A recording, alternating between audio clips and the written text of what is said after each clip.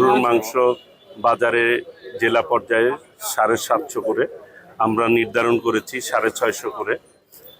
ডিমের দাম আমরা 7 টাকায় নির্ধারণ করেছি, ঢাকায় 8 টাকা করে। আমরা প্রত্যেকটি জিনিসই জেলার যে পর্যায় মূল্য রয়েছে তার চেয়ে কম মূল্যেই আমরা এটি সরবরাহ করছি। মূলত নিম্ন আয়ের মানুষরা, প্রান্তিক মানুষরা যাতে সহজলভ্য হয়, রোজার মধ্যে তাদের প্রোটিনের প্রয়োজন হয়, ভালো খাদ্যের প্রয়োজন হয়, সেই বিবেচনাতেই আমরা আমাদের মন্ত্রণালয়ের পক্ষ থেকে এই উদ্যোগ নিয়েছি।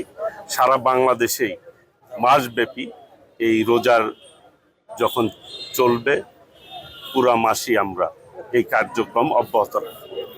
প্রায় 10 লক্ষাধিক পরিবারকে আমরা এই খাবার বিতরণ করব, বিক্রি করব ন্যায্য মূল্যে। এতে করে কিন্তু বাজারও কিছুটা নিয়ন্ত্রণ থাকবে।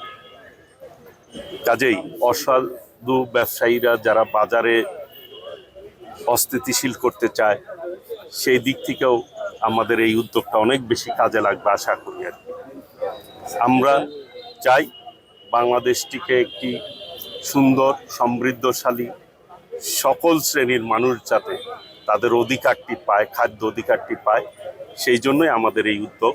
আপনাদের সকলের সহযোগিতা কামনা করছি। আমরা পর্যায়ক্রমে এর পরিমাণ আরও বাড়াবো ইনশাল্লাহ।